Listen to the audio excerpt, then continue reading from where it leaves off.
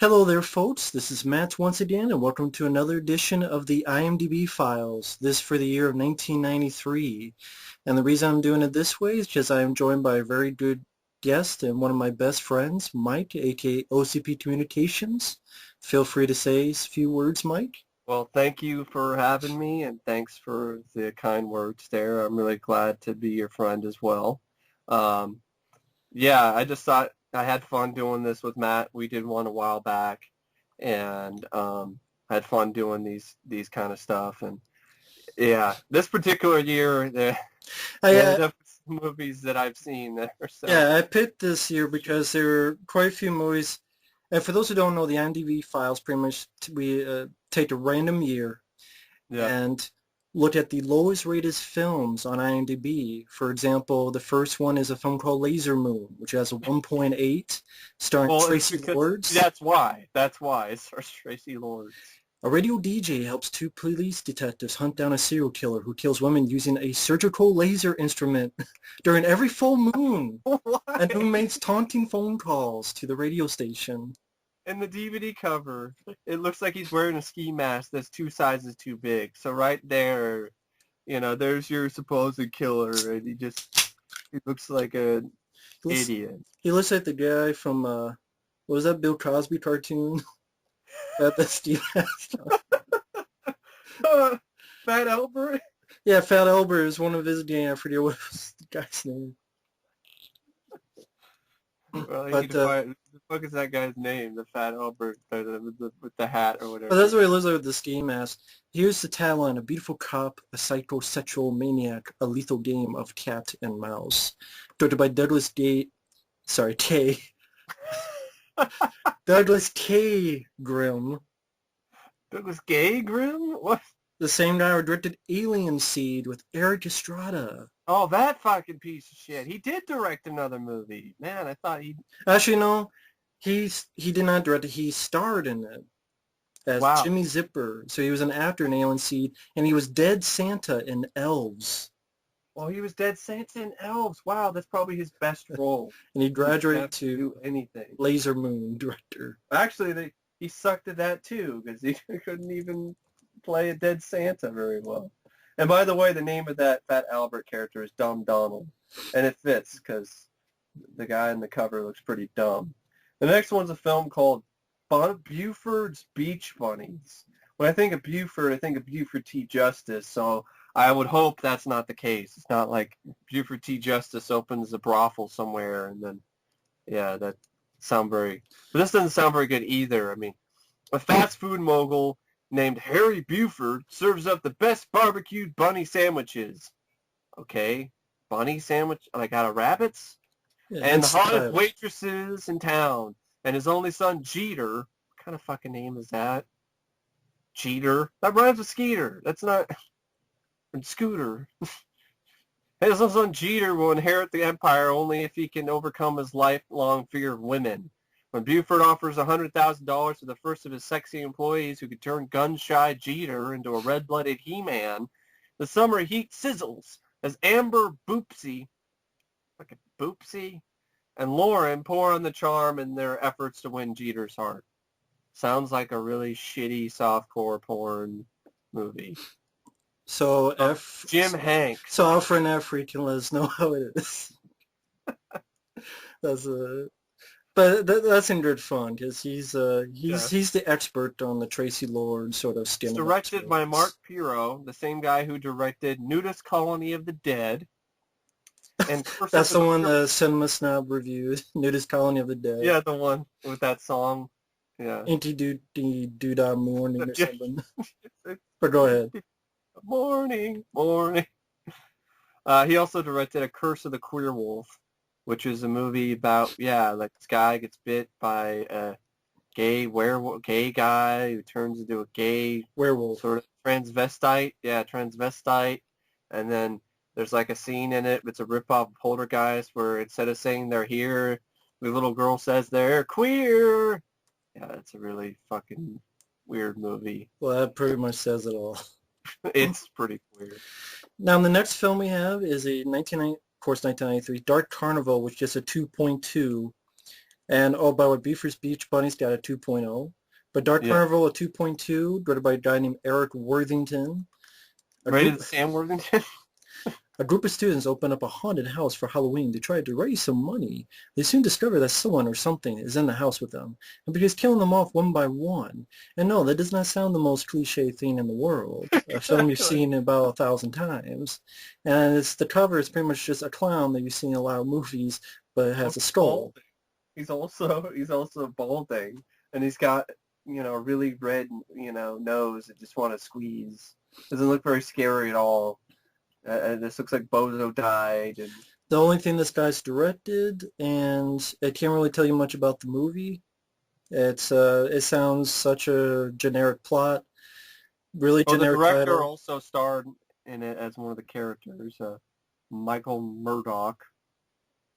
I'm coming for you, Murdoch. Actually, Hal. He played Hal. 9,000. Yeah. This is Hal 7,000. Just not as good. 500. Hal 500. Oh, the next one's going to be funny. Is Michael Pare. Yeah, I like Michael Pare, but Michael Pare has been in his fair share of shitty movies. And this is a film. And I have this one on VHS somewhere. This is also known as Spanish Rose for some reason. It stars Michael Pare as Jack David. Oh, and it's called a Point of Impact. Point of Impact. A 2.6. Yeah, it gets a 2.6. It stars Michael Pare as Jack David. He's a tough, outspoken cop who finds himself wrongly accused for the death of a fellow agent by the depraved and power-hungry chief of Miami Customs, Martin Cullen, played by Ian Ewell. Disgraced and dismissed, Jack swears revenge and goes to work for Robert Largo, played by Ironside. Michael Ironside. A rich, evil Cuban crime boss. Cuban? So Michael Ironside's Cuban in this. His body cared for his smoldering wife, Eva, played by Barbara Carrera. Jack knows Largo is connected to his old boss, Cullen, and is determined to learn the secret that will bring him down. Trapped in the deadly game of cat and mouse, held captive by his passionate love affair with Eva, Jack must figure out the significance of the mysterious Spanish rose to survive. Now, Michael Pare has done some fun films. Into the Sun. Yeah, I like that. He had a small role actually in that film, The Lincoln Lawyer. I liked him in Streets of Fire. Philadelphia Experiment. Yeah. But now I guess doing a lot of these action films. That sounds like a erotic thriller to me, with like a little bit of action. So it sort of sounds like to me, this sort of plot line. The same guy, Bob Mizorowski, who directed Blink of an Eye, another film Michael Pare is pretty lame, and he also directed Shark Attack. The first one, Casper Van Dien. Yeah, and he directed Derailed with Van Damme. Yeah, that's a pretty horrendous film. I reviewed that. Point of Impact, I haven't seen, but sounds like the title itself has more action than the movie. What it sounds like to me. Now the next one is a familiar film. Is your review still up? I think the review of the second one might still be up. If not, I have to fucking rewatch it and review it again. But if it is, check out Mike's channel, and his rant on The Hidden 2 deserves a rant. Now, The Hidden 2, which is a 2.7, which is too high. That's too high. Added Seth Pinster and the Teenster. Pinker? Not Pinker, Seth Pinster. Okay. Sounds like a sex act. It does. This is the only film he directed, which makes sense. He just directed episodes of 8 is Enough, something called CBS Library, and he directed a short called Strange Fruit. It stars Raphael Sbarge, which he was in a film like Carnosaur, which he actually did not do bad acting. I liked his character in that. That's what's surprising about his performance in this. You're just like, wow, he's just fucking terrible in this. Also stars Kate Hodge from Leatherface, Texas Chainsaw Massacre 3. It's better than that. And it doesn't really star the guy from the first one, right? It's just kind of using footage from... Kind of using footage. I remember a good chunk of this movie is footage from the first movie. Exactly. Now, you've seen this... I haven't seen this film in years, but I think you saw this film to review, so you might be more familiar than me. Oh, The Hidden 2? Yeah. Well, The Hidden 2 is... Well, first off... Well, it says here the entire opening 15 minutes of the movie... or the final 15 minutes of The Hidden. Exactly, which is just like, I'll just watch The Hidden then. It's a much better film than this. This is the epitome of like some really shitty sequel. Like it's a really shitty sequel because he couldn't even get Michael Nouri to come back. So only because he probably read the script. It's like hell no. So what happens is you have Rafa Sabarge, who's about as Another good as another acting alien. in this as DeBarge, the guy who sang Rhythm of the Night, and he's one note in this. Like he's supposed to be alien who's trying to be kind of like how McLaughlin was, I but it mean, just his comes his off character's name is even McLaughlin. exactly because what it is, it's like he's that character. He's supposed to be the same. I think he's supposed to be like a combination Well, I know with the of Michael Nuri character played by someone else, he yeah. For some dies reason, he dies, and then like the because his alien body that was in can't hold him it from anymore. yeah, and he looks well. The makeup effects on him is really shitty.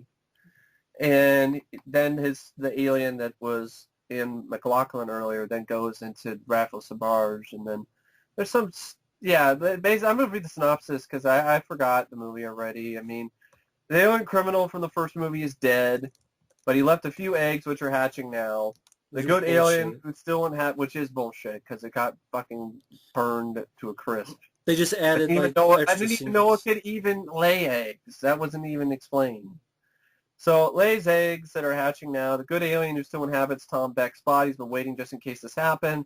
Unfortunately, the presence of his body is taking a terrible toll on it, draining it of life energy, which doesn't necessarily make a lot of sense to me, but okay. Additional relations with Beck's daughter, Juliet, now a cop, of course, have deteriorated, but when the killing starts again, then we need to work together to stop the new generation of aliens. And I think Raphael Sabarge is a new alien that comes to Earth Yeah, exactly. because Michael Nori's alien dies. Yeah, His body dies and he dies. yeah. For Which, some reason, if you're a fan of the first movie, that's great. exactly. I just remember being very boring, very It was. cheap. I remember the stuff they tried to make the alien, the hidden creatures. They look too much like face huggers, like big giant face huggers. Try to update the look of them and just look generic. I remember it didn't really have that much of action. I mean, the first film was actually a pretty good, really good action movie in a lot of ways. Yeah, well This is just directed. really shitty action. I remember too many scenes of just annoying DJs and annoying shitty early 90s Euro pop songs and shitty scenes and shitty clubs. That's pretty much what I remember is a lot of shit and not a lot of anything that's any good. Some lame I remember humor. something with like lame humor with like Raphael Sabarge and a fucking toothbrush or some shit. Yeah, he doesn't know what a toothbrush is, and Yeah, that kind of stupid a crap. little bit of hijinks and Yeah. love story Ugh. that doesn't work, and It absolutely does not work at all. deserves a Tagline- 2.7. The tagline is like, the part alien, part human, and it's back for seconds. And then we get to the next film, American Ninja 5, which is Shouldn't have come back. what? No, this film, which is a 2.7, wasn't meant to be an American Ninja film because Doug Yeah, Bradley is exactly. David Bradley, not Doug Bradley. David Bradley. But David Bradley, he's in it, but he plays a different character. I will tear your soul apart. And it even says here, the film was not originally intended to be part of the franchise. Canon Pictures made it under the title American Dragons, but the title was changed to American Ninja 5. That explains why David Bradley plays Joe, who is a different character than the Sean Davison character, American Ninja 3 and 4, Exactly. and a different But character. it's also the same name as the character Michael Dudikoff Well, played. the first Joe, but this one is Yeah, Joe Joe. Castle, while that That was is Joe different Armstrong. I know, but it's still Joe.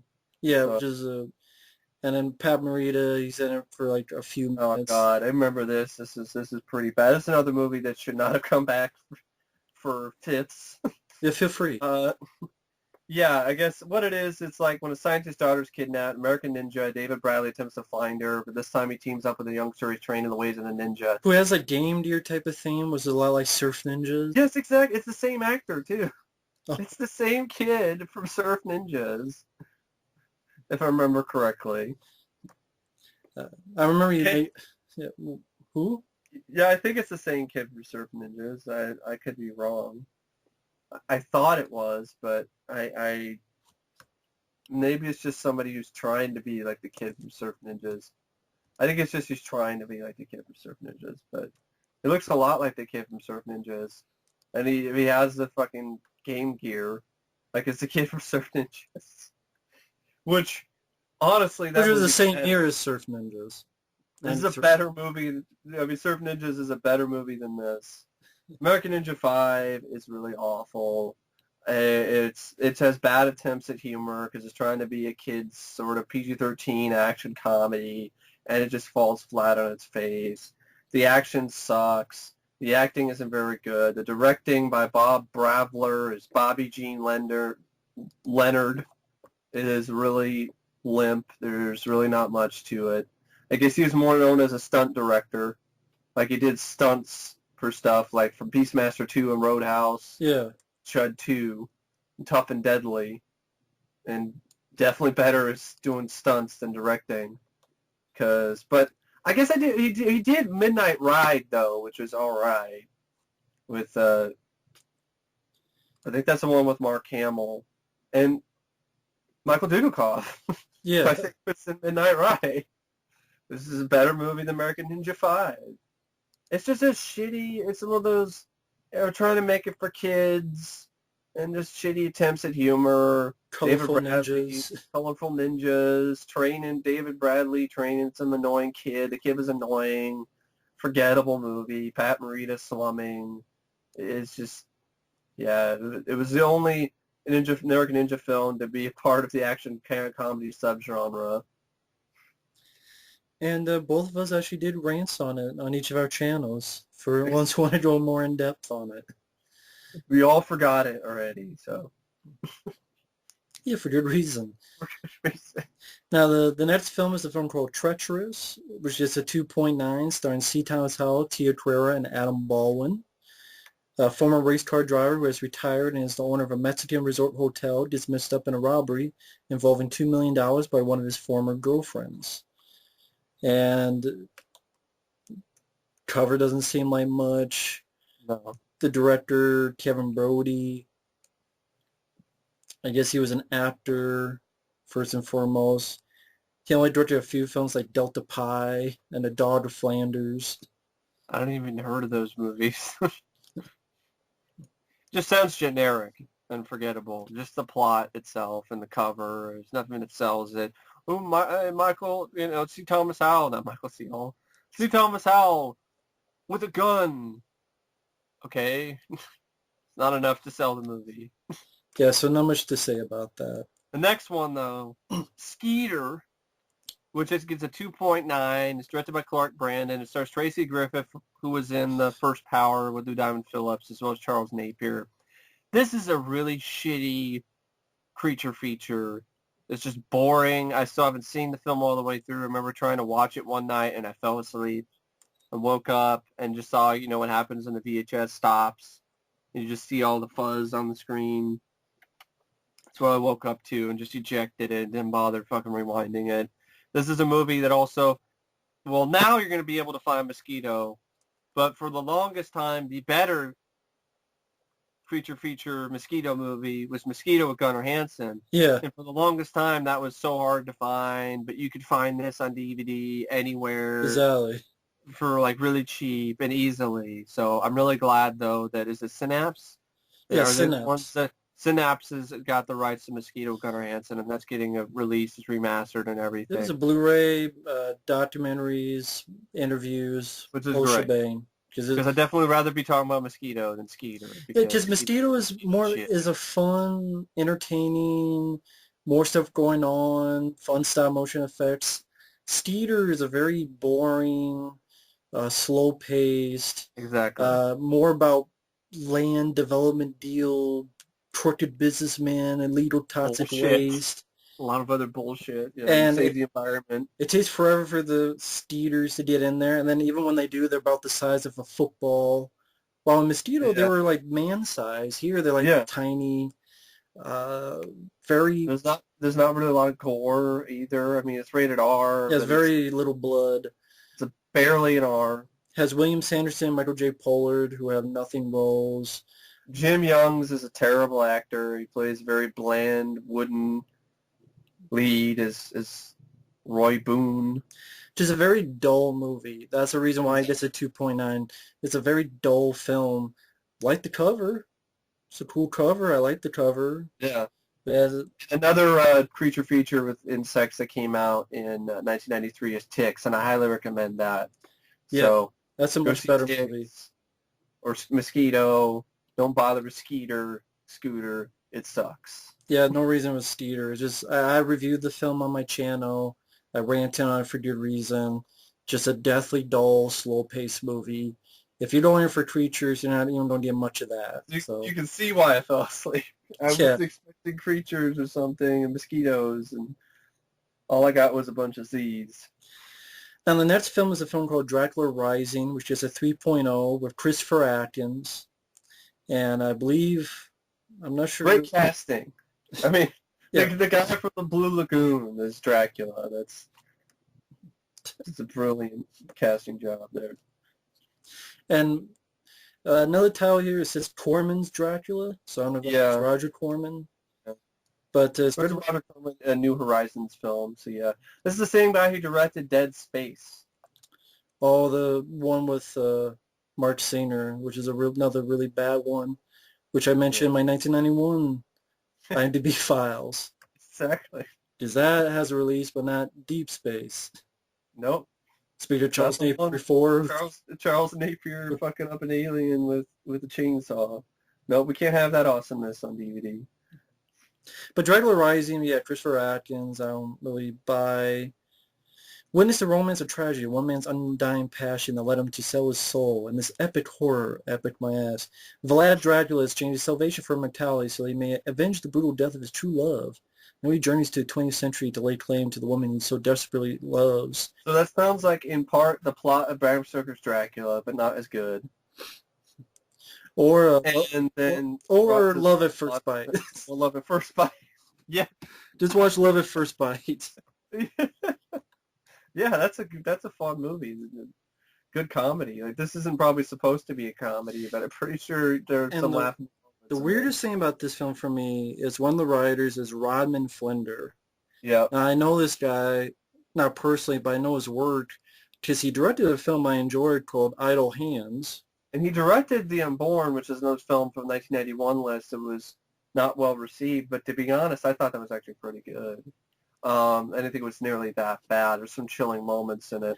The Unborn 2, on the other hand, that's pretty awful. And he also directed the documentary Conan O'Brien Can't Stop, which was a documentary where he also did a tour after his which one? Leprechaun 2? Leprechaun 2. Yeah. So, yeah. You win some, you lose some. Yeah, but the same guy wrote this, directed that Conan O'Brien documentary, which is the tour he did when he lost the job to the Tonight Show. Yeah, he got screwed. Jay Leno and his big chin. But not much I can say about. Well, now it's another guy doing. Forget the guy, the star of Taxi. Oh, fucking Jimmy Fallon. Ugh. I believe that's the Tonight Show guy. Yeah, Jimmy